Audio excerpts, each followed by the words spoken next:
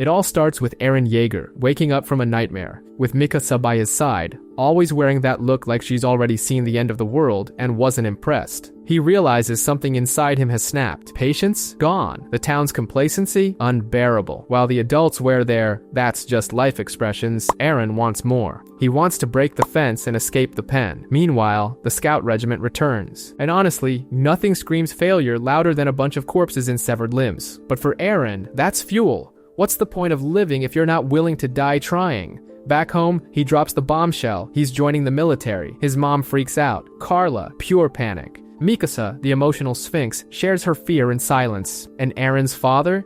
In classic anime dad fashion, he mysteriously disappears, promising to reveal the secret hidden in the basement. Because of course, what's more natural than hiding a life-altering secret under your house and waiting for the apocalypse to share it? Moments later, the teenage drama trio, Eren, Mikasa, and Armin, springs into action. Armin, the brave nerd, gets beaten up for speaking the truth no one wants to hear. The walls can fall, and as if the universe were listening, it answers in style. Boom! The sky cracks open. A colossal titan, and yes, literally colossal, shows up with season finale timing. One massive kick, and Wall Maria crumbles like a house of cards. And then, hell begins. Eren runs home. Spoiler, too late. Carla is crushed, pinned beneath the rubble. Hannes shows up. He has the chance to play the hero, but becomes a case study in cowardice instead. He saves Eren and Mikasa, and leaves their mother to be eaten alive. One of the most scarring, soul-crushing moments in animation history. Amid blood, rubble, and tears, a promise is born, silent, burning. Eren doesn't want justice. He wants revenge. He wants extinction of the Titans, of fear, of fate itself. And we all know, when a shonen protagonist makes a promise, the world better brace itself. Is revenge. 5 years. That's right. 5 years have passed since the incident in the Shiganshina district, and now, the colossal titan shows up again. Just like that, bam, he blasts through wall rows like he's kicking down a meeting room door. With one swing, he turns the Trost Gate into a VIP entrance for the Apocalypse, Titan Edition. This time, Eren's there, and he charges in like a rebellious teenager on Black Friday, except he's not fighting for a flat-screen TV. He's out to collect childhood trauma debts from a 60-meter monster. But of course, the Titan, like a toxic ex, shows up, wrecks everything, and then vanishes. What's left? Just the frustration and cracked pavement. Typical. As the city turns into a Titan hoarder's spin-off of World War Z, the freshly graduated cadets, basically interns with swords, are tossed into the chaos, screaming everywhere, people shaking like leaves in a storm, and Mikasa, clearly more competent than the rest combined, is assigned to protect civilians. She goes, but with the same enthusiasm you'd expect from someone hearing, "Let's hop on a quick call." Amidst the madness, Commander Pixis decides rules are more like suggestions, and ignores orders from the nobility. Because seriously, who trusts aristocrats in a mess like this? The squad splits. Eren pretends he's composed. Spoiler, he's not. John's on the verge of a meltdown, and Armin is, well, he's processing. Then, as disaster protocol demands, the vanguard is devoured. Thomas becomes lunch, and Eren loses it. He dives into the chaos, yelling, flailing, and in the final second, he saves Armin and gets swallowed by a titan. Yep, our protagonist ends up sliding down the throat of terror. Armin breaks down, like full emotional system failure. He remembers Eren dreaming of the sea, the desert, and freedom. That classic, life could be more than this. In the midst of the chaos, Mikasa bursts onto the scene slicing necks like she's competing in a decapitation championship. She shines? Absolutely. But she's also clearly losing it ever since the supposed death of Eren, the guy she loves so much that if he ever turned into a brain-eating zombie, she'd probably just ask him to chew slowly. Then, just when you think things can't get any worse, a new Titan shows up. Different, wild, and he ignores the humans, miracle alert, and goes straight for the other Titans, ripping them apart like he just caught them cheating on him. Everyone goes into full mental breakdown mode. Is this a blessing or just another nightmare?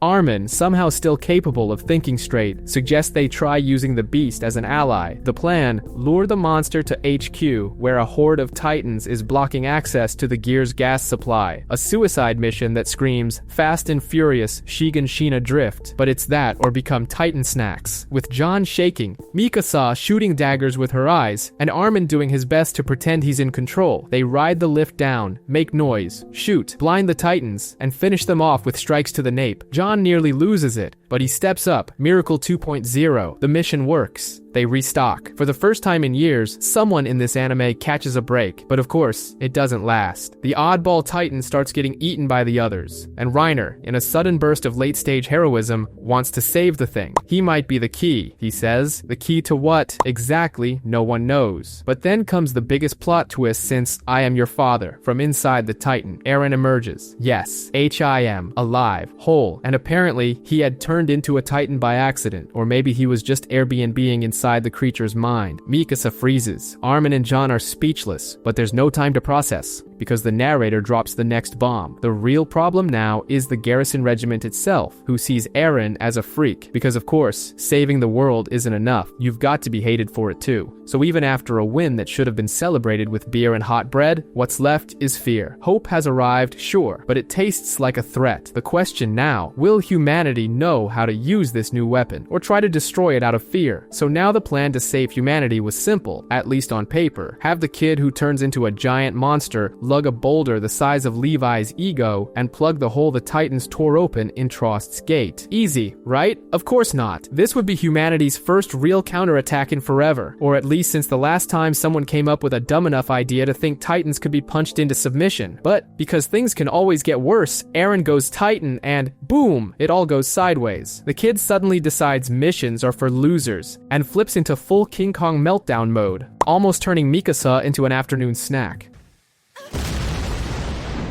Meanwhile, the rest of the squad is doing their best not to get turned into red paste, praying the hero of the hour remembers the goal is to close the hole, not open new ones with his comrades' faces. In the middle of this mess, John, the most reluctant and unlucky wannabe leader, trips over the gear of a freshly deceased comrade. With Annie's help, he narrowly escapes certain death. Elsewhere, the other soldiers are pure cannon fodder, holding the Titans back with a mix of screaming, bravery, and probably sheer panic. Mikasa and Armin, being the loyal friends they are, try to scream some sense into Eren. Inside Titan Brain HQ, Eren gives himself a TED Talk on pain, trauma, and how much the world sucks. The result? He rises up, boulder in hand, like Atlas reborn. Let's admit it. The scene is legendary. A Titan striding through smoke and blood, hauling a rock that might as well be the mascot of the human resistance.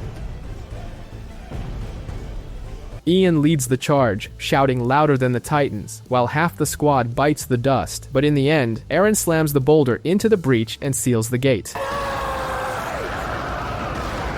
Mission given, mission accomplished. Yellow smoke billows up like some kind of miracle, or maybe a budget fireworks show. But human joy is fleeting. Eren's fused to the Titan's body like a rare World Cup sticker, and just as they're about to pry him out, two more Titans show up for a surprise cameo. Enter Levi, the anti-hero we all adore, who wraps things up with his signature mix of aerial ballet and blade work. The last Titans fall, two are taken alive, and humanity wins itself one more day. But don't celebrate yet. John finds Marco's body, dead, for real. Sasha and the others go around picking up corpses like they're cleaning up after the world's worst barbecue. And the mood? Somewhere between mourning, nausea, and fear of a plague outbreak. Eren wakes up in a cell, guarded by the ever-inept military police, experts at locking up the people they should be protecting. Levi and Erwin show up for what feels like a job interview at a hazardous startup. Eren wants in on the Survey Corps to wipe out Titans and save the world. Levi's cool with it, but throws in a friendly reminder. If you lose control again, I'll be the one to kill you. Such a sweetheart. And just to crank up the tension, a tribunal's been called to decide whether Eren lives, dies, or becomes the mascot for the next war campaign. Sure, humanity's taken a step forward, but in what direction? No one knows. The road ahead is still pitch black, and honestly, it's starting to feel like a dead end. During Eren's trial, the kid with the look of someone who's definitely smashed a few pieces of furniture in a fit of rage finally lets loose in front of the top brass. He doesn't just want to fight, he wants to join the scout regiment and barbecue some Titans. Humble dream, right? Levi, with all the subtlety of a derailed freight train, says fine, but if the kid steps out of line, he'll personally shut down Eren's production line. No tears. Meanwhile, Erwin, basically a walking chessboard of cold calculation, sums it up. Eren is dangerous, but he's a tool, and tools, they either break or get used. Let's see which it is. Meanwhile, behind the walls, the civilians are spiraling into chaos in a way that makes any family WhatsApp group look sane. Rumor has it, there's a Titan fighting for the humans. The result? Panic, conspiracy theories, wild revolution schemes, and the collective delusion that they can take back Wall Maria with a few buckets and a lot of guts. The military police, always fast with the worst logic, already wants to kill Eren before he turns into a 50-foot Che Guevara. In a shady political stroll, Pixis and Erwin talk it over like two old men playing chess with poisoned pieces. In the end, the decision falls to Commander Dallas Zackley, a mix of judge, executioner, and cynical philosopher. His rule is simple: if Eren's more useful than dangerous, he lives. If not, sayonara. Meanwhile, poor Eren is locked up, handcuffed, and left with too much time to think. He starts to doubt himself. Who hasn't? But remembers Mikasa and Armin, his two-member fan club post-Titan transformation, and just when he thinks it can't get any weirder, in comes Mike Zacharias, who literally sniffs him. Yes, he sniffs him, and laughs. Moments later, in bursts Hanja Zoe, the mad scientist from the block, absolutely thrilled about Eren's scientific possibilities. It's like going up for eviction and finding out the audience loves you. Then comes the big moment, the trial, a political theater where Eren is the main act, and the military are the overacting playwrights. The military police wants to dissect him like a biology project. A priest wants to exorcise him in Latin, and Mikasa, called to testify, drops a bomb. Yes, he tried to attack her in Titan form, but also saved lives. Go figure. The prosecution wants blood, Eren snaps. He calls everyone cowards and says he'll carry the burden alone. The room turns into a pressure cooker until Levi steps in, and what does he do? He beats the crap out of Eren. Live, bare knuckle, UFC style, but with flair, just to prove he can keep the Titan boy on a leash. Zackley, probably sipping tea while watching the impromptu MMA match, decides Eren will join the scout regiment. And I have made my choice. And Levi becomes his new full-time babysitter. Later, swollen face and bruised pride in tow, Eren gets the message. The beatdown was his ticket to survival. Hanja, now completely obsessed with Eren's regeneration, talks about experiments like she's got a new crush. And just like that, our boy goes from freak to military asset. Still watched, but officially part of the resistance. It's the year 850. Humanity, poor stubborn humanity, decides to crawl out of its hole once again. The 57th expedition beyond the walls gets the green light. And leading the charge, Erwin Smith, the man who shouts, "Dedicate your hearts," like giving your life for an idea is a casual favor.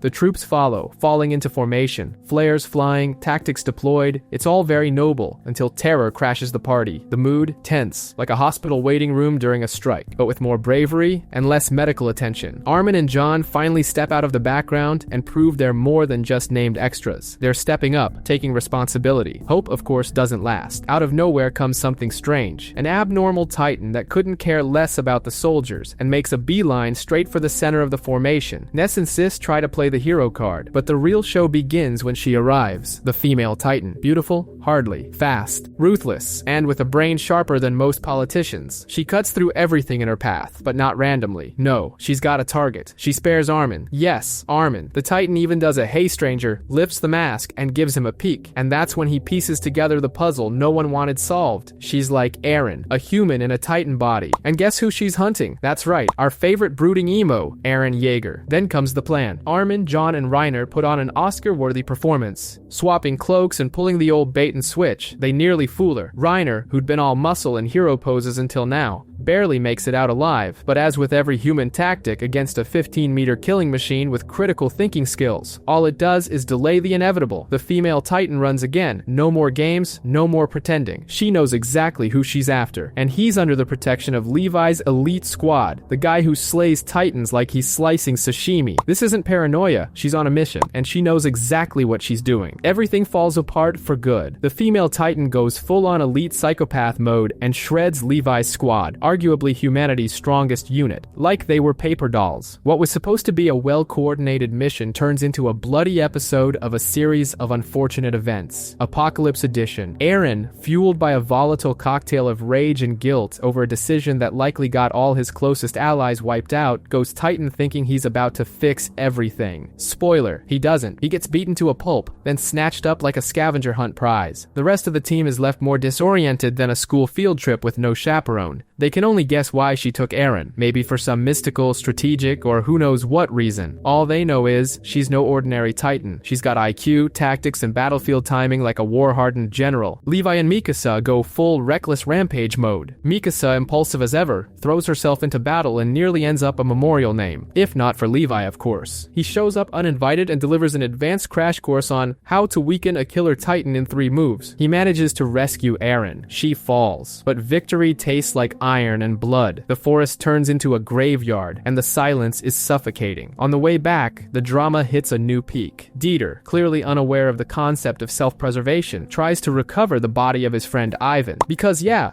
grief is sometimes stronger than survival instinct. With Titans closing in like starving termites, Levi is forced to deliver the mission's harshest order: abandon the bodies. Yes, leave them behind. Maybe even Petra's. That command feels like it doubles the gravity. Living sometimes hurts more than dying. When the survivors return to the city, there's no red carpet, no warm embrace, just sarcasm, just disdain. The public looks at them like a late delivery. No patience, no sympathy. Eren nearly breaks down, but the curious gaze of a child pulls him back from the emotional brink, and he cries, quietly, because that's when he realizes the heroic dream is just a beautiful lie. The cruelest scene, Petra, or rather, her father, beaming with pride, full of hope, waving a letter where she lovingly talked about Levi, her dreams, her plans. Levi listens in silence, with the look of a man trapped between hell and hell, because sometimes guilt screams louder than any battle cry. And in the end, like every political nightmare, it all falls on Erwin. The mission, deemed a colossal failure, puts the commander under fire, and turns Eren into the cherry on top of the controversy cake. He's to be handed over to the authorities. The capital demands answers, and the Survey Corps teeters on the edge of a blade, because the future, the future is going to hurt. Now we dive into a new story that begins a few days earlier. Eren gets a hard slap from reality. Armin and Erwin suspect that the female Titan is none other than Annie. Yes, that same slightly odd but seemingly harmless fellow cadet. The revelation hits like the kind that makes you rethink every cafeteria chat you've ever had. But there's no time for drama. These folks can't even afford a decent cup of coffee, let alone a full-blown existential crisis. The plan? Brutally straightforward and nearly suicidal. Lure Annie into an underground tunnel, basically a trap to keep her from going full platinum blonde Hulk. Things start off well, or as well as a life or death mission ever can, until Annie realizes she's been duped by a scheme flimsier than a politician's promise. She snaps, wrecks the tunnel entrance, and nearly turns Eren, Mikasa, and Armin into meat pies. As usual, Eren freezes, because the guy's always having a mental heart-to-heart with his destiny, still hoping Annie might be innocent. Really, Eren? Mikasa loses her patience because someone has to. Then Armin drops the line of the day: those who don't sacrifice anything change nothing. Basically a philosophical slap in the face for Eren, who's more frozen than a Windows laptop with 20 tabs open. Commander Nile, the guy who only shows up to make things worse, demands answers. Surrounded and looking like he's seen worse things over breakfast, Erwin stays cool as ice, even accused of treason. All he thinks about is capturing the Titan. Erwin's playing chess while everyone else is stuck playing checkers. Armin and Mikasa decide to go rogue. While one distracts Annie, the other digs to reach Eren. That speech about sacrifice keeps echoing in the protagonist's head until something inside him snaps. Maybe pride, maybe fury, maybe just accumulated resentment. He roars, bursts, and transforms into a Titan, right in the middle of the city, in the middle of the chaos, in the middle of a life that used to be a whole lot simpler.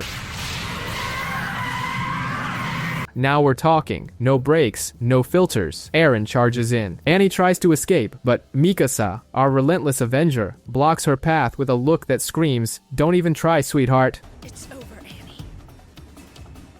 Now fall. The city crumbles. The fight escalates into an epic slugfest. It's not just muscle against muscle. It's freedom against oppression, truth against lies, trauma against youthful idealism. Eren no longer hesitates. He doesn't cry. He doesn't ask if he's doing the right thing. He just fights. And when it's all over, amid rubble and irreversible choices, he stares down what he's become. A boy turned weapon. A human being willing to sacrifice even his own humanity, if that's what it takes to save what's left of hers. In Stohess, chaos became the new normal, and right in the middle of it all, Mikasa, as always, charges in without so much as a breath, while Armin stands off to the side with a face that screams, "Should I cry or build a PowerPoint to process my friend's moral breakdown?" Meanwhile, Erwin, the poster child for employees who ignore every workplace policy, surrenders and gets arrested, claiming it was all part of a strategic move. The destruction of the city? Just a small price to pay for capturing Annie. And yes, she turned out to be living proof that the enemy's HR department had already infiltrated the walls. Annie, channeling her best apocalypse scout vibes, tries to climb Wall Cena, but Mikasa shuts her down with a well-placed, "Not today, sweetheart." As Annie falls, her mind flashes back to her father. A tear rolls down. And Eren, yes, the same guy who once wanted to end everything, completely freezes. Seeing her cry, he hesitates, like he's suddenly possessed by the spirit of Bambi. reality. Annie does what any normal person would do in that moment. She encases herself in crystal and ends the fight. Later, at the Recon Corps' unofficial group therapy session, Eren opens up to Mikasa, Armin, and John. He says it wasn't lack of strength, it was empathy. John, ever the rational and sarcastic one, drops the classic line, "Is it really worth becoming a monster just to defeat one?" Armin, who probably sleeps with philosophy books under his pillow, plays the compassion card and suggests that maybe Annie had her reasons, don't we all? Meanwhile, Erwin faces the court with the same look as someone caught cheating on a test. He explains that he didn't trust the military police because, surprise, he suspected the enemy was already working overtime inside the walls. Despite the city looking like a hardcore version of Sim City, destruction mode, the mission was a success. They found out Titans might be hiding in plain sight, disguised as regular people. Here's to healthy paranoia. Eren recovers, at least physically. Mentally, he confesses he briefly wished for death. Light stuff, right? The line between hero and villain has never been thinner. But here's the good news. The scout regiment won't be punished. On the contrary, they get a brand new mission. Annie now lives in a basement decorated with stalactites while they try to figure out what exactly she represents. Because, my friend, the real war has just begun. Against Titans who pay bills and live among us inside the walls. The bombshell this time, a Titan embedded inside the walls that got cracked during the battle. Yep, a Titan inside the wall. The reveal hits like a flying kick to the audience's chest, and anyone who thought they'd seen it all now needs a glass of sugar water. The weirdest part isn't even the fact that the creature's stuck there like some grotesque luxury plaster. It's what that implies. All the walls might be made of Titans, a condo complex of giant monsters with a view of chaos. And the first to freak out? Pastor Nick, the most random and secretive mystic from the Church of the Walls. The man nearly has a heart attack when he sees the Titans sunbathing, and his panic says it all. There's some serious skeletons buried in this dogma, and they stink badly. Hunja Zoe, who's never exactly been a ray of sunshine, puts the good pastor up against the wall, literally. It's the classic talk or I feed you to the Titans approach. The confrontation is a treat to watch. Zoe is fully in, I'm done with this soap opera mode, and while Pastor Nick tries to dodge questions with his usual cryptic nonsense, he gives away more than he means to, begging them to cover the Titan. Yup, the church knew everything, and kept quiet, because apparently, silence is holier than the lives lost. Cut to a few hours earlier, down in the southern calm of Walsina, where our Survey Corps recruits are enjoying a little light civilian spying. But of course, peace lasts shorter than Eren's sanity. A sound starts echoing. Heavy footsteps, ominous as hell. Sasha, our eternal disaster detector, senses something's off. Titans are coming, but this time, with no breach in the wall, they're just there, out of nowhere. Fantastic. Mike steps up, as the sensible guy he is, and starts the evacuation. Connie volunteers to head south, supposedly to check on his village, but we all know he just wants to play the hero. Sasha joins him, because origin drama is trendy now. It's like an emotional fashion show of who's suffered the most. Then all hell breaks loose. Mike decides to hold the Titans off to buy time. So far, so noble. But what he finds isn't just some random Titan. It's the Beast Titan, covered in fur, talking like it has a sociology degree, and completely fascinated with human weapons, like a kid in a toy store. Mike freezes, hesitates. The result? Game over for our hero. To soften the blow to humanity's pride, the show gives us a flashback of young Eren, a tender little why we fight moment, complete with mom scolding him. Cute, heartwarming, and a sharp reminder that the emotional pit is just as deep as the physical one. Back in the present, Eren, Mikasa, and Armin get the news about the Wall Rose breach. The three of them are now more worn down than an old pair of boots. No tears, no hesitation, just action. They've grown up, toughened up,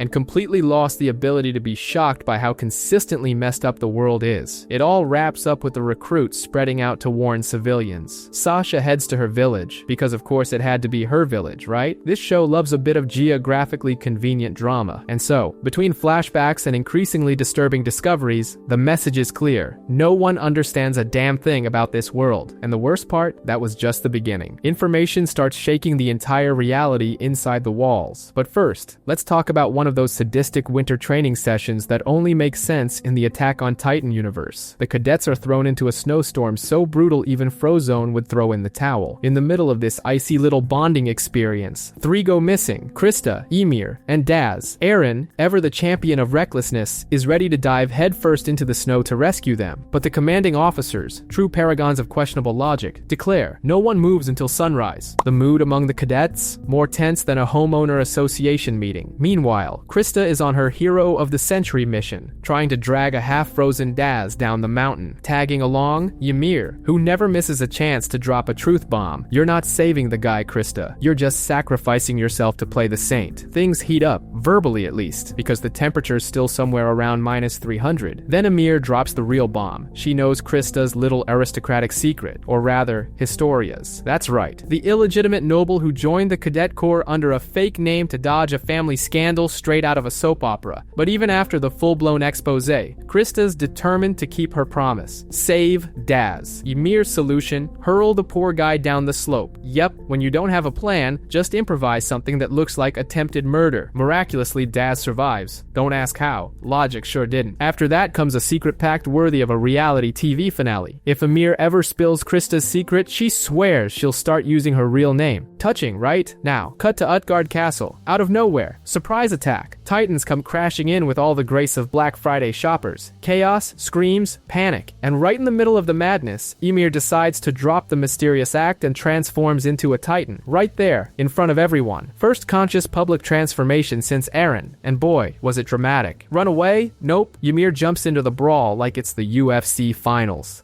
The battle is hell on earth. Ymir knocks down tower chunks, brawls with titans, takes hits, nearly gets pulped. At the climax, Krista screams in desperation and makes her big confession. My real name is Historia. She whispers it like she just admitted to stealing the last slice of pizza. A troubling question arises. There's no hole in the wall. None. Nada. Just plain old bricks. Which brings back that theory no one wanted to say out loud. What if the real enemies aren't outside the walls, but inside them? And just like that, the atmosphere turns as tense as a family dinner with politics on the menu. Suspicion starts to swirl around Ymir, who knows a lot and says very little. Poor Connie still tries to defend her. Historia too, but the apocalypse edition of Big Brother vibe is already in full swing. No one trusts anyone anymore. And as if things weren't tense enough, Reiner drops the bomb. Oh, by the way, I'm the Armored Titan, and Bertholdt's the Colossal. I'm the Armored Titan.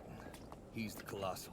Just like that, as casually as asking someone to pass the salt. Eren, who was already mentally hanging by a thread, completely loses it. Armin, our ever-vigilant detective, finally connects the dots. Annie, the hand signals, the disappearances, it all clicks. Too late, as usual. Then Reiner totally snaps. The guy dives headfirst into a full-blown identity crisis straight out of a telenovela, torn between being a soldier and a warrior, like he can't decide between pizza or burgers. Total breakdown. And with it, a decision soaked in tragedy. He's going to complete his mission, even if it means destroying everything in his path. Then comes the Marvel moment. Reiner and Bertholdt transform into Titans. No warning, no time to process.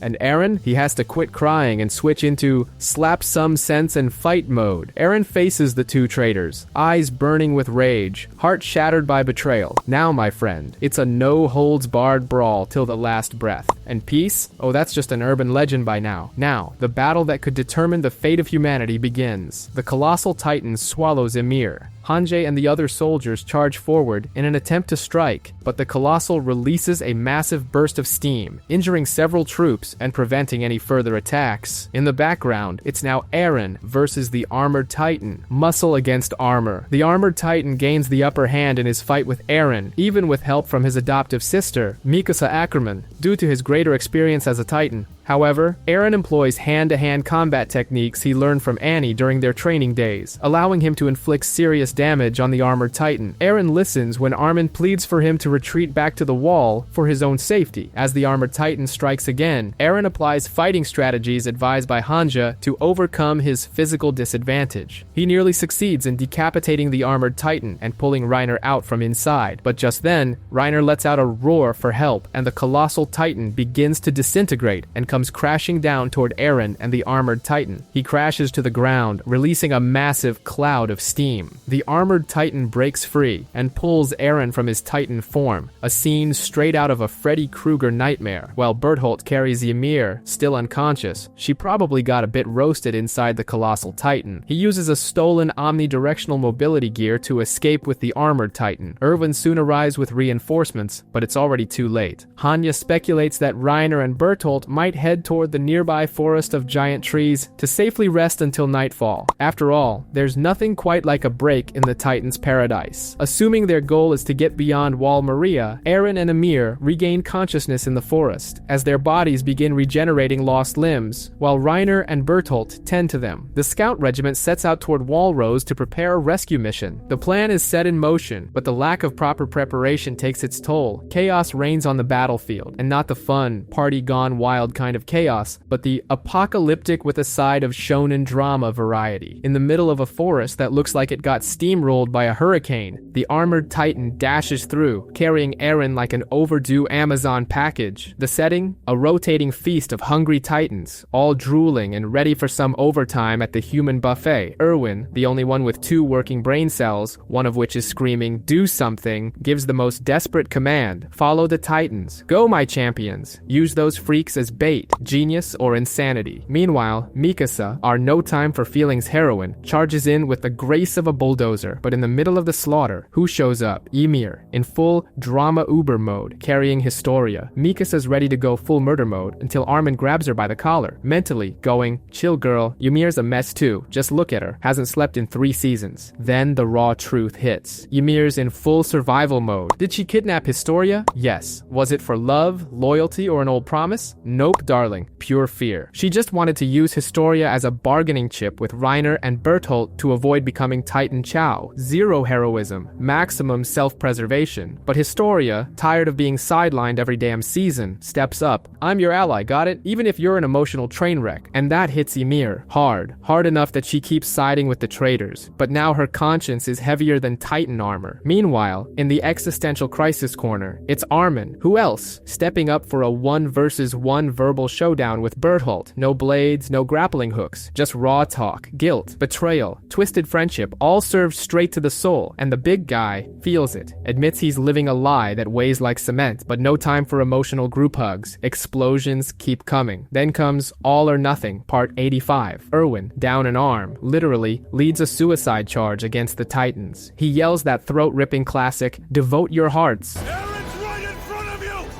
Do not falter! And no, it's not a metaphor. It's practically a literal request. The soldiers go, because in this world, if you're not screaming with blood on your face, did you even try? Amidst the chaos, Mikasa tries to reach the armored Titan's nape, because that's always where the plot happens. But Armin, now a full-blown emotional manipulator, drops a dirty bluff, says Annie's being tortured. Low blow? Absolutely. Effective? You bet. Because here, even lies are weapons. And then there's Hannes, the beloved uncle type who seemed forgotten at the barbecue, stepping up to face the Titan that ate Eren's mom. Yep, full circle moment. He vows to protect the 2 most traumatized orphans on the planet. Spoiler, that vow's not easy to keep. By the end, the battlefield is an emotional landfill. Every character's losing something. Limbs, dignity, friends, sanity. No one walks away untouched. The line between hero and villain is so smudged it looks like it was drawn with a crayon, and Eren's future, and humanity's, and the Titans is hanging by a hair, and that hair, it's already been pulled out. Spoiler alert, the fight goes south, really south. The monster sticks to its old menu, and Hannes ends up as an appetizer, right in front of Eren and Mikasa. Eren screams, cries, kicks, your classic trauma overload combo.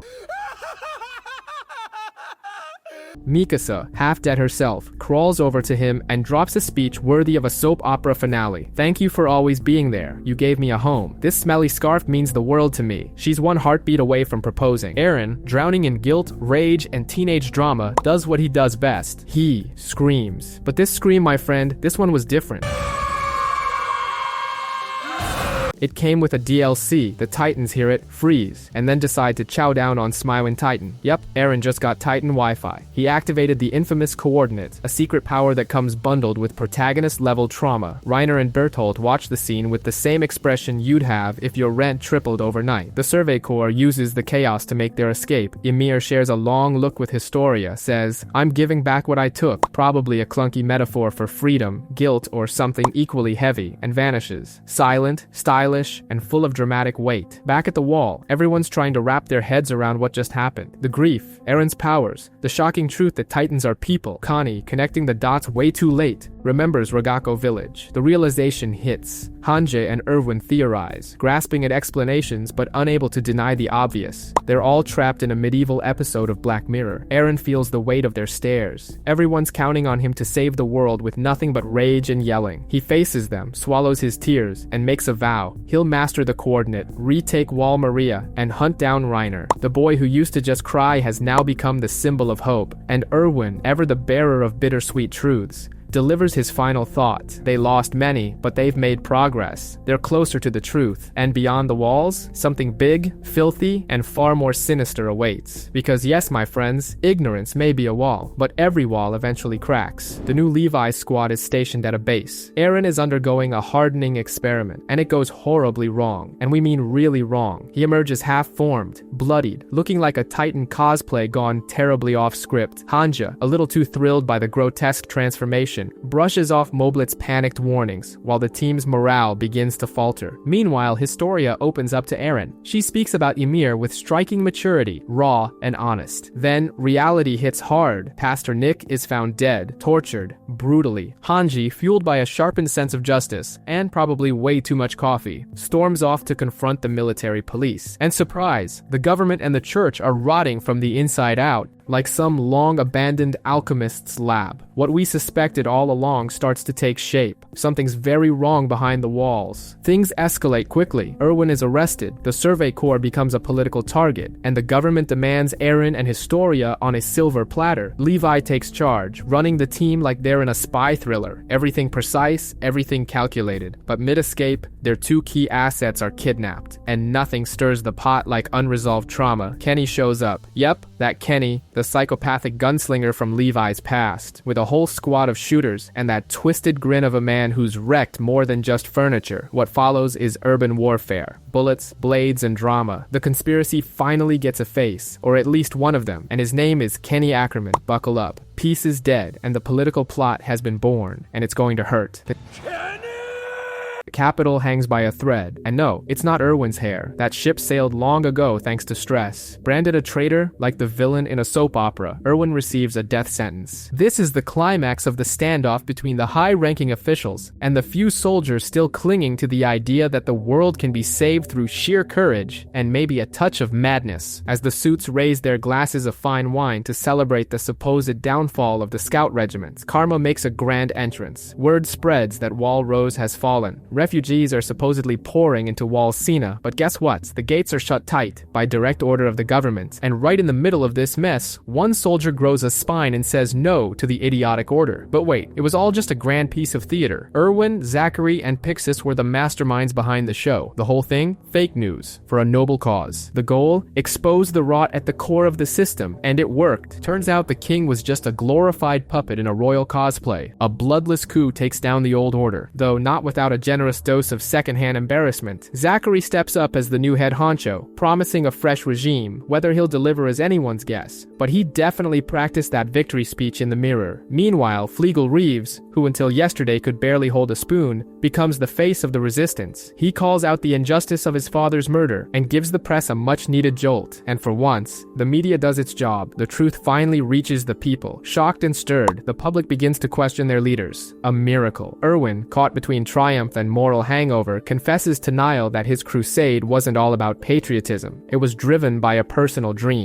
It's the moment the legend becomes a man, and the tragedy takes on a Shakespearean flair. And here comes Hanja, our wall-side CSI. With a true crime twist, the entire Rice family has been wiped out. But there's no sign of a Titan attack. Nothing. Just Rod Rice, still standing. Eren wakes up in full "where the hell am I" mode, groggy, dazed, and in some kind of underground chamber. Not a nightclub, but it's dark and smells like conspiracy. Right beside him, none other than Historia and her unwanted dad, Rod Rice, sliding in with that classic "I'm doing this for humanity" speech. Spoiler alert, as always, when someone says that, disaster is incoming, and boy, it delivers. Suddenly, Eren's brain turns into a broken TV set, playing a janky highlight reel of his life. Flashes of his dad, Grisha, and also of a girl named Frida, spoiler within a spoiler, Historia's half-sister, and, of course, the massacre of the Rice family. All of that, courtesy of dear old dad. Turns out, Grisha not only wiped out the whole clan, but also devoured Frida, and passed the founding Titan down to his son like some kind of cursed family heirloom. Yep, Eren is now the bearer of a a titanic legacy, served with a side of family trauma and guilt-induced indigestion. Enter Kenny Ackerman, always popping in like someone delivering cold pizza at the worst possible moment. He shows up to announce the coup d'etat was a smashing success. Hooray for democracy, and that the walls are closing in. Meanwhile, Dallas Zachary is premiering his original stage piece, How to Publicly Humiliate Traitorous Nobles, reality show edition. Outside the drama cave, Erwin and the gang start connecting the dots. The founding titan has the power to rewrite memories. Would be handy for forgetting some exes, but sadly it doesn't work on everyone. The Ackermans, for example, are immune to memory tampering and, bonus round, they awaken superhuman powers through trauma. Levi, subtle as ever, like a kick to the face, drops the bombshell. He and Kenny are both Ackermans, which, let's be honest, explains a lot. With all the cards on the table and zero time left for therapy, the scouts gear up to rescue Eren and Historia. Levi, master of grumpiness and bad vibes radar, throws out a warning. Kenny is the kind of enemy you don't face unless your will is already written. In the underground temple of the Rice family, Rod reveals the truth to his daughter. Frida, his sister, still lives. Not physically, but through the memories passed down the royal bloodline. He doesn't offer Historia a reunion, but a chance to inherit an ancient power, the founding titan. This power was passed on to Frida when she devoured her uncle. It was used to raise the walls and manipulate memories, and now it resides within Eren, but it can only be fully awakened by someone of Rice blood. As Historia confronts this revelation, above ground, Levi and his squad clash with a new threat, soldiers equipped with anti-personnel ODM gear. Smoke and gunfire erupt as the battle intensifies, but Levi quickly identifies their weakness, limited vision and slow reload times. Using cunning and grit, his team adapts to the haze with close-quarter combat, proving that strategy and experience can outmatch technology. Back in the temple, chained and consumed by guilt, Eren resigns himself to be eaten. He believes his existence and his father's actions have only brought suffering. To him, dying at Historia's hands is the only path to redemption, but Historia hesitates. Why with such power do the Rice family never free humanity? The bitter answer: the first king believed that Titan's rule was the key to peace. No one truly understands this ideology, only those who inherit the founding Titan's memories. Facing this unquestioned legacy, Historia breaks the cycle. She refuses the transformation, rejects the role forced upon her, and chooses to save Eren. For the first time, she acts of her own free will. Desperate, Rod Rice licks the serum. The transformation that follows is monstrous. The cavern begins to collapse. Rod Rice transforms into a massive, grotesque Titan, crawling toward Orvud District, and posing an imminent threat. Faced with the danger, the scouts, led by Erwin Smith, devise a bold plan. Use the civilians as bait to lure the Titan and prevent it from causing destruction in more densely populated areas. The city's defense quickly descends into chaos. Poorly placed artillery, inexperienced soldiers, and a lack of coordination. Even so, Levi, John, Sasha, Connie, and the other scouts display great courage, making up for limited resources with strategy and bravery. Meanwhile, Eren reflects on his own arrogance and begins to understand that his power doesn't make him special, only responsible. This realization marks a major internal transformation. The final plan requires a high-stakes gamble, detonating Rod Rice's body from the inside by filling his mouth with gunpowder, activated by the heat he naturally emits. The execution is precise, and in the crucial moment, Historia confronts her father and defeats him with her blade, breaking free from the destiny imposed on her.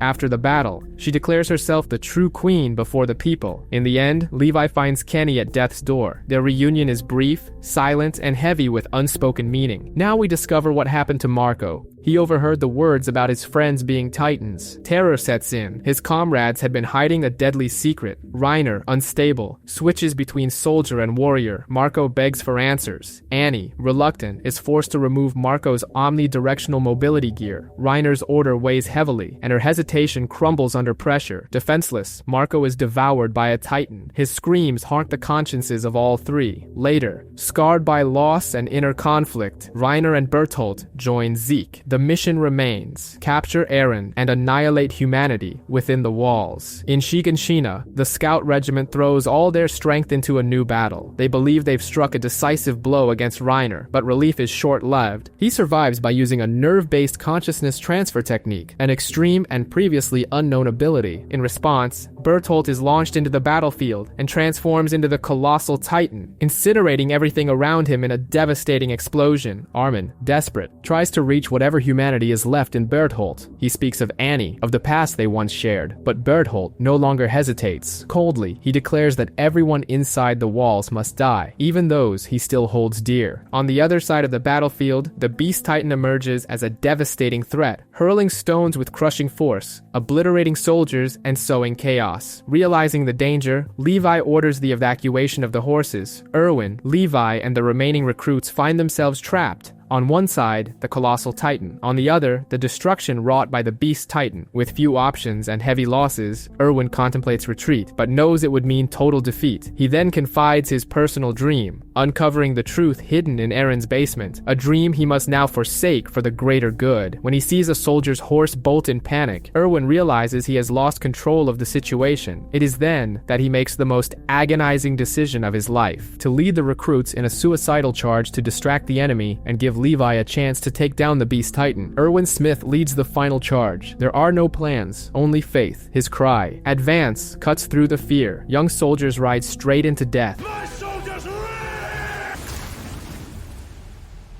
Meanwhile, Levi explodes into action. Invisible like a blade in the mist, he strikes the Beast Titan with surgical fury. Zeke is torn apart. Arms, eyes, legs. But slips away at the last moment, saved by an ally. The chance to capture him vanishes. Beyond the wall, Armin devises a plan that could turn the tide. He faces the Colossal Titan with his own body. He burns, he chokes, but he doesn't back down. His pain is the price of victory. Eren moves in the shadows. He fakes weakness, crafts a hardened decoy body. He deceives Bertholdt. Mikasa, backed by Hunja, delivers the final blow that rips Reiner from the Titan's neck. When all seems lost, the curtain falls. Eren was hidden and severs Bertholdt from the Colossal's nape. The giant falls. The battle ends, but there is no celebration. Armin lies in the flames, his body ravaged, on the brink of death. Erwin is dying. Victory and loss intertwine. In the silence, one question remains: who should live?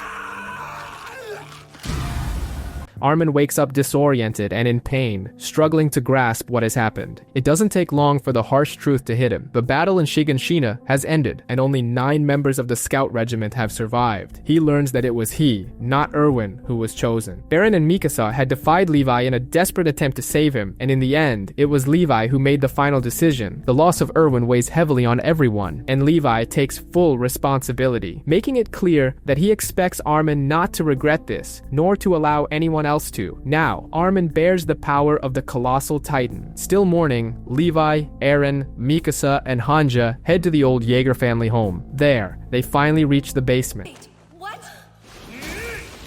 Inside, they find a photograph, and soon, they uncover the truth. Everything they believed about their world was a lie. History had been manipulated from the very beginning. Now we discover what happened to Grisha. As a young boy living under Marley's oppressive regime, he made the mistake of crossing the internment zone's boundaries to see an airship with his sister, Faye. That innocent decision led to brutal consequences. Soldiers intercepted them. Grisha was beaten by one, while the other claimed he would escort Faye back home. Later, her body was found dumped in a river. The physical pain was nothing compared to the shock of loss and injustice. Even worse was returning home to find his father accepting the Marleyan official story, blaming their own people, the Eldians, and bowing to the dominant narrative. Grisha's heart burned with rage. He knew Faye had been murdered, and that it was all part of their cruel manipulation. From that moment, he vowed to fight for the restoration of Eldia. He joined the Restorationists, a rebel group that shared his ideals. There he met Dinah Fritz, a descendant of the royal bloodline who had survived on the mainland. Together, they had a son, Zeke. But Zeke wasn't raised as a child. He was groomed as a crucial piece in their revolutionary plan. Born of royal blood, he was trained to enter Marley's warrior program and serve as a spy for the Eldian cause. But Zeke couldn't handle the pressure and betrayed them. Grisha, Dinah, and the other restorationists were arrested and exiled to Paradise Island, where most were turned into pure titans as punishment. Before her transformation, Dinah promised Grisha that she would find find him again, no matter what form she took. Eren awakens, locked up with Mikasa for insubordination. He stirs not just from a nightmare, but from the inherited memories of his father. Tearful, disoriented, he begins to question who he really is. Now we turn to Eren Kruger, who reveals himself as the Owl, the legendary mole. In a confessional tone, Kruger admits to the crimes he committed to maintain his cover: torture, forced transformations, and sacrifices, all in service of a greater mission. Facing a broken Grisha Jaeger, Kruger delivers a bitter truth. Grisha must inherit his burden. He is to infiltrate the walls and reclaim the founding titan. This choice was no accident. Kruger sees in Grisha's eyes the same hatred that has driven him ever since his family was slaughtered. Kruger also reveals the curse of Ymir, which limits the lifespan of those who inherit the 9 titans to just 13 years. His time is up. Before being devoured by Grisha, Kruger utters names that should be impossible: Mikasa and Armin. Complete your mission and save Mikasa and Armin. Hints that memories from the future echo through the past, traveling the invisible paths that link all subjects of Ymir. He passes on his legacy, the Attack Titan, a symbol of the struggle for freedom across generations, now destined for Eren Jaeger. Across the sea, Historia reads Ymir's final letter, filled with affection and sorrow for the life they could never share. Meanwhile, Hange and the other leaders pore over Grisha's journals. The truth is unbearable. Beyond the walls, humanity seeks to wipe out the Eldians. In silence, Eren reaches a new understanding. By touching Dinah Fritz, he briefly activated the founding titan's power. A connection to royal blood may be the key. For now, he decides to keep it secret for their safety. Meanwhile, the truth about the world beyond the walls shocks the leadership. The titans are humans, descendants of Ymir's subjects, branded by the rest of the world as devils. The lies upheld by the former regime begin to unravel. They decide to tell the people, everything they once knew now makes no sense. Fluch refuses to accept that Armin was saved instead of the ruthless military genius who had led them this far. Despite the mourning and fractures, the reclamation continues.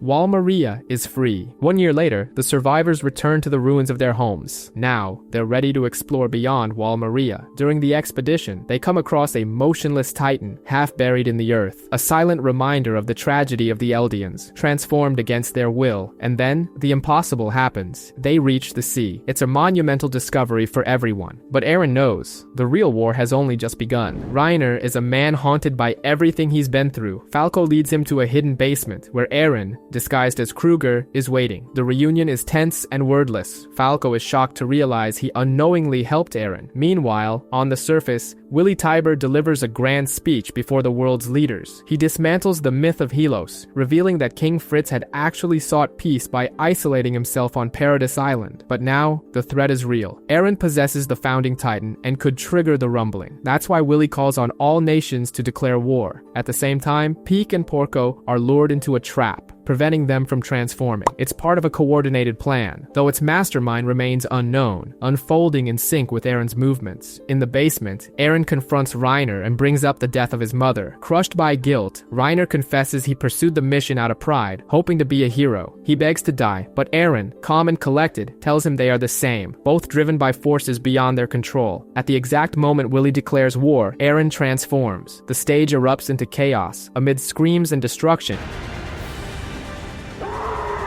Willy is killed by Eren's brutal attack. The war begins with the death of the one who declared it. We now uncover Willy's plan. He confided in Magath about his intent to become a martyr, uniting the world against Paradis. Though reluctant, Magath ultimately agreed. In the present, Eren's surprise attack results in Zophia's death, and Udo is critically wounded. Amid the chaos, the Warhammer Titan emerges from the rubble, confronting Eren with never-before-seen abilities, weapons forged through hardening. Despite her clear upper hand, she doesn't immediately attempt to consume him, puzzling the Marleyan soldiers. The battle escalates with the arrival of Mikasa and the Paradis forces. Meanwhile, Gabi, shaken by the carnage, runs toward the battlefield, torn between a need for understanding and a thirst for vengeance. A new warrior is beginning to awaken. Eren soon discovers the Warhammer Titan's real body is hidden beneath the stage, tethered by a hardened cord, and with it, his chance to claim victory. Reiner and Falco remain missing. The tension mounts. Among the parody soldiers, ethical dilemmas take root. Floch acts with ruthless aggression, while John strives to spare civilian lives. Chaos erupts in Liberio as Porco, in his Jaw Titan form, confronts human soldiers who, though fragile, advance with startling bravery. Surprised and frustrated, he can't understand how they dare face him. Before he can react, Peak arrives in the Cart Titan, equipped with heavy artillery designed to counter maneuvering gear. Moments later, Zeke enters the battle as the Beast Titan, escalating the conflict and plunging the city into full-scale war. Eren holds his ground, but the toll of the battle begins to wear him down. Elsewhere, Reiner lies unconscious, hovering between life and death. Gabi pleads with him, insisting there's still hope, but weighed down by guilt and weary of his role as a warrior, he longs only for an end. Meanwhile, Peak commands her allies to protect Zeke, a vital target, as Levi lurks nearby. Silent and relentless, Levi strikes suddenly, bringing down the Beast Titan with surgical precision. Then, devastation reigns from above. A thunderous explosion rocks the harbor. Armin transforms into the Colossal Titan. His detonation annihilates Marley's armored fleet, catching Magaf and the others off guard. Too late to respond. In the chaos, Hanji leads the scout regiment's evacuation. Guided by pre-positioned lights, the Allies retreat to an airship piloted by Onyankopon. Under constant enemy fire, John remains sharp and focused, using thunder spears to neutralize the Cart Titan and ensuring everyone boards in time. Elsewhere, Mikasa disables Galliard by slicing his legs, halting his movement. Eren seizes the opportunity. He uses the Jaw Titan's mouth like a nutcracker, forcing it to shatter the crystalline shell that encases Lara Tiber. He consumes her remains, inheriting the power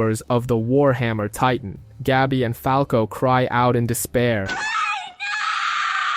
their pleas piercing the darkness and reaching Reiner. Stirred by the need to protect them, he rises once more, transforming into the armored Titan and placing himself in Eren's path for one more battle. Silence falls over the battlefield after the devastating clash. Eren and Reiner, drained of all strength, lock eyes one last time. Eren, unable to go on, admits he can't kill him. He withdraws, ending the offensive in Marley. The soldiers board the airship, leaving chaos in their wake. In the ruined streets of the internment zone, Gabi watches with eyes full of anguish. She sees Zophia's crushed body and recalls Udho's desperate attempt to save her, only to be trampled by the frenzied crowd. The deaths, the injustice, the overwhelming helplessness, all fuel a growing fury inside her. Once obedient and focused, Gabi begins to give in to hatred. Ignoring Falco's pleas, she kills the recruit Lobov, takes his maneuvering gear, and climbs aboard the airship with Falco, driven by a burning need for revenge, a decision that will alter her fate, and that of everyone on board. Inside the aircraft, tension erupts. Gabi bursts in with Falco, and, in a split-second impulse, fires her weapon. Sasha is hit. The loss is shattering. For the team, for the fans, for the last shred of lightness in that world. Stay with me! Hey! Eren reacts with a bitter smile. He laughs upon hearing Sasha's final word, a reaction that draws stares of disbelief, pain, and anger. His friends no longer recognize him. A silent chasm grows between him and those who still believed in a purpose. The next revelation heightens the tension. Zeke is alive and aboard. It was all part of a carefully orchestrated plan, albeit not without flaws. An unlikely alliance with the Scouts is unveiled. Levi glares at him with disdain. Even in custody, Zeke exudes discomfort. The war, once seen in black and white, now reveals layers of manipulation and hidden agendas. As the airship drifts away, John questions the boundaries of retribution. Would throwing 2 children into the void end the cycle of violence, or simply prolong it? The doubt lingers. Gabi and Falco's presence among the prisoners is more than a threat. It's a fractured mirror, reflecting the moral contradictions now haunting both sides. War has ceased to be a matter of right and wrong. It has become a battlefield where everyone bleeds, and justice is increasingly a matter of perspective. After a series of political upheavals within the walls, Armin and Mikasa try to reach out to Eren, appealing to empathy and the memories they share, but Eren coldly rejects them. He accuses Armin of being manipulated by Bertolt's memories, implying that his feelings of compassion and doubt aren't truly his own, but remnants of the former Colossal Titan. For Mikasa, the revelation is even more painful. Eren claims that the Ackermans were genetically engineered to protect the royal bloodline, and that Mikasa's instinct to defend him is merely a result of that biological programming. Armin, shocked and enraged, lunges at Eren, but the fight is short and brutal. brutal. Eren defeats him with ease. Meanwhile, the Jaegerists consolidate their power. A group led by Floch begins to dominate the cadets in Shiganshina. In a fiery speech, Floch demands absolute obedience. As a ritual of loyalty, he orders them to beat up old Commander Shidas, a symbol of the old Eldia, and thus, the new Eldia is born. In the forest, Levi grows suspicious about the wine distributed among the soldiers. His suspicions are confirmed in the worst way when Zeke lets out a scream, activating the spinal fluid secretly mixed into the wine. Levi watches in horror as his comrades transform into pure titans before his eyes. In a gut-wrenching massacre, Levi, driven by grief and duty, cuts them down one by one. Zeke tries to flee, leaping through the trees, but Levi intercepts him with fury. Zeke transforms into his Titan form in a desperate attempt to escape, but Levi defeats him with overwhelming force, using thunder spears to blow apart the Titan's nape and retrieve his body. Levi keeps a cold, watchful eye on him. He knows Zeke is still a threat, but for now, he must keep him alive. Zeke had always seen Liberio as a prison, a place where prejudice was as pervasive as the walls that enclosed it. Even as a child, walking through the streets with his grandparents, he was met with insults and scornful stares. The hostility of the world around him quietly planted a question in his mind. Why was his very existence seen as a threat? His parents, Grisha Jaeger and Tina Fritz, were consumed by the restorationist cause. They raised Zeke with harsh and distant expectations, treating him more like a tool for their mission than a child. Grueling training and constant pressure to excel as a warrior candidate shaped a lonely childhood. Zeke tried to meet their expectations, but what he truly longed for was comfort, someone who would genuinely listen. That someone appeared in the form of Tom Saver, the then holder of the Beast Titan. Instead of commands, Saver offered compassion and a listening ear. For years, they played catch together, and in those simple moments,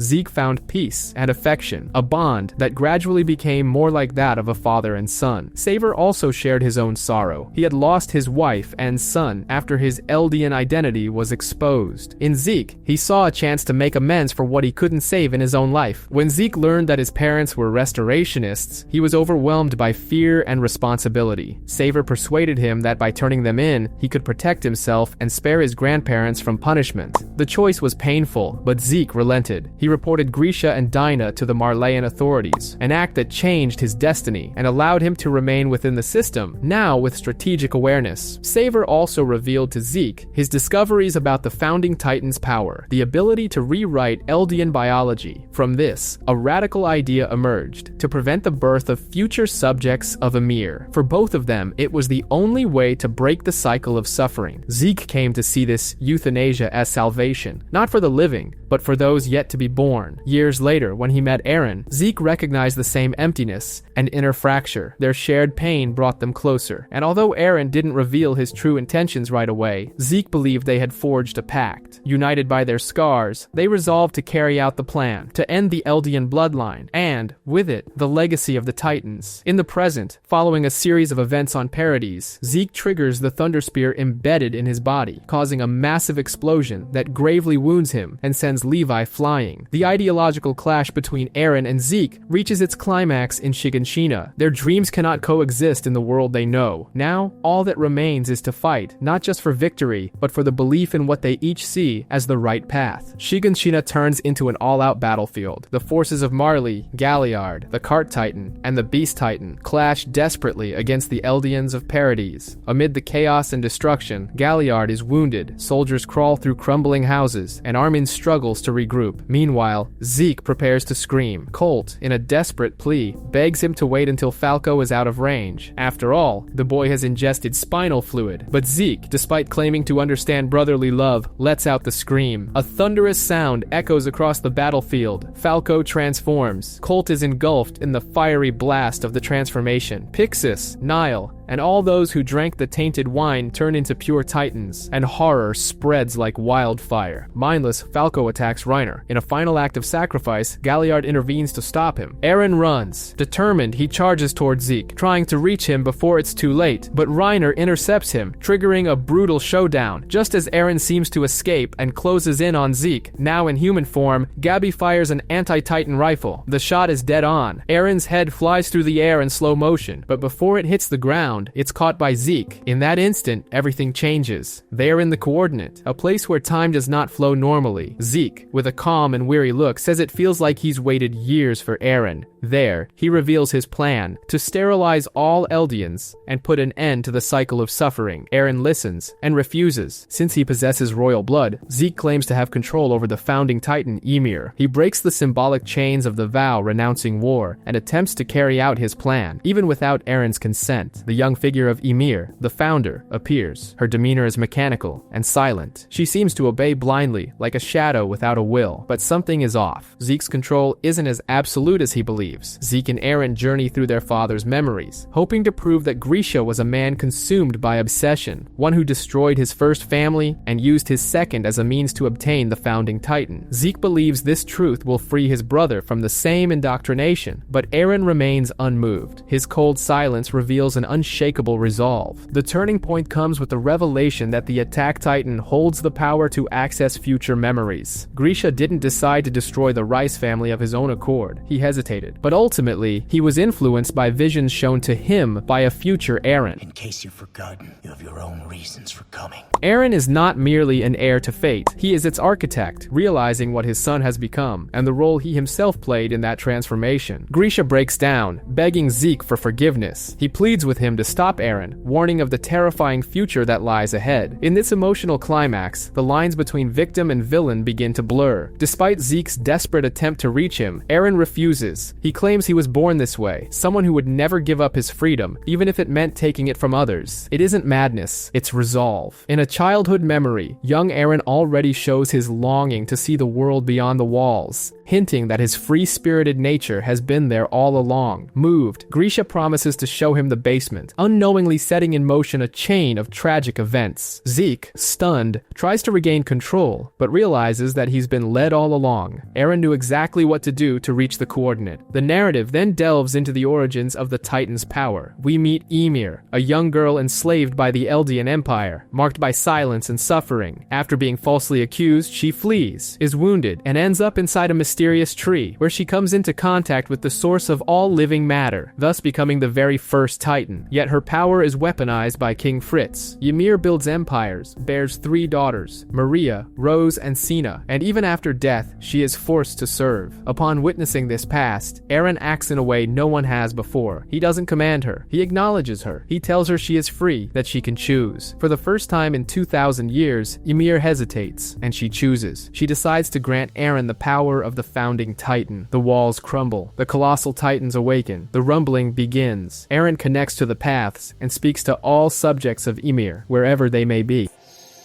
My name is Eren Yeager. He declares without hesitation his decision. He will destroy all enemies of Paradise Island. He states that the world seeks to wipe out his people, and in return, he will crush the entire world. An alliance of former enemies, allies, and leaders is formed in a desperate bid to stop Eren. Time is running out. The flying boat is crucial to reach him, but it's not ready yet. The preparation process would take longer than they can afford. A risky alternative emerges, transporting the aircraft to a coastal city called Odiha, where the final adjustments can be completed. It's a perilous decision, but a necessary one. A true race against the relentless advance of the rumbling, which continues to devastate the continent. Even if they succeed, the cost will be immense. Vast regions will already be in ruins. The escape plan begins to take shape, but the Jaegerists launch a fierce assault on the port, determined to stop the group from leaving. Thunder spears explode across the battlefield as Mikasa, John, Hanja, Reiner, and Connie fight to hold back the attackers. Peak joins the fray later, after ensuring the safety of Levi, Gabi, Yelena, and Onyankopan. Falco, hesitant until now, transforms into the Jaw Titan for the first time. Though his actions aid in the battle, he loses control and nearly attacks Pick, only to be rescued in time by Magath, who pulls him out of his Titan form. After a grueling fight, the group finally manages to set sail, though some are left behind. Mikasa wakes up next to Eren, who is crying, shaken by confused memories that slip away like a distant dream. There's a sense that time is fractured. Perhaps this is a memory, or a mental space, and Eren, vulnerable, seems trapped in fragmented thoughts. Elsewhere, Ramsey and Halil are trying to gather money to help their people, but hope quickly turns to horror as the rumbling begins. The Titans march, destroying everything in their path, and Ramsey is one of the first to fall. Eren watches it all in silence, already aware of the destruction he will cause. He recognizes that this is predestined, but sees himself as a monster, consumed by guilt. As the world collapses, Annie and Armin share a quiet, intimate moment. She thanks him for keeping her connected to the world while she was crystallized. There is affection, vulnerability, and a genuine bond between them. But time is short. The group prepares to depart on the flying boat, but in a last desperate act, Flock manages to puncture the aircraft's fuel tank, and the Titans draw near, facing the inevitable. Hanja chooses to sacrifice herself to ensure the plane's takeoff. Her death is heroic, and Levi, overcome with emotion, honors her as commander of the Scout Regiment. The engineers manage to fix the hull, and the plane takes off. The survivors reflect on their guilt. John, Reiner, Armin, all marked by the consequences of their choices. Armin raises a haunting question. Does Eren want to be stopped? Perhaps he's just waiting for someone else to do what he can't. Then, the group is transported to a mental plane where they confront Eren. He listens, but rejects every attempt at peace. With chilling resolve, he declares that his freedom lies in moving forward, no matter the cost. Meanwhile, Falco shares with Annie and Peak that he's been experiencing inherited memories from Zeke, possibly transmitted through the spinal fluid used in his transformation. He reveals he felt as though he could fly, suggesting a new possibility on the battlefield. Humanity's last airships launch a final assault, but are swiftly destroyed. All hope now rests with the group, who leap mid-air onto the colossal body of the founding Titan. Reiner charges towards Zeke, and the battle begins. The confrontation is inevitable. Armin finally stands face-to-face with Eren and, weighted by everything they've endured, he says, "I have one more question to ask you. When we pull you out of there, what does freedom look like to you?" The answer, still unspoken, blends into the certainty of the looming clash. The final battle begins as the heroes soar into the terror-filled skies, riding atop Falco. Armin is missing, and Zeke, detached and despondent, remains lost among the bones of the founding Titan. The plan is clear. Rescue Armin and strike Eren simultaneously. Divided, the allies fight on two fronts, one for the rescue, the other for the direct assault. Captured and unable to transform, Armin plans a colossal explosion in a desperate attempt to weaken Eren. But the horror deepens. Wielding the Founder's power, Eren summons past incarnations of the 9 Titans, forming a legendary army. Even against the impossible, the heroes stand their ground. In the paths, Armin encounters Zeke. Through a profound conversation about the nature of life and the meaning of existence, Zeke rediscovers purpose and awakens the dormant Eldians. Unexpected allies appear. Former Titans like Bertolt, Ymir, and Porco mysteriously return to join the fight. Their presence empowers Reiner, Peak, and the others. At the height of pain, Mikasa makes the ultimate decision. She enters the Titan's mouth and decapitates Eren, choosing freedom over love. Armin finds Eren in the paths. There, Eren confesses he was guided by visions of the future and a distorted idea of freedom. Armin forgives him. With Eren's death, the power of the Titans vanishes. Armin steps forward as a leader, striving to build peace. But fear lingers. Paradis arms itself once more. The war is over, but true peace remains out of reach.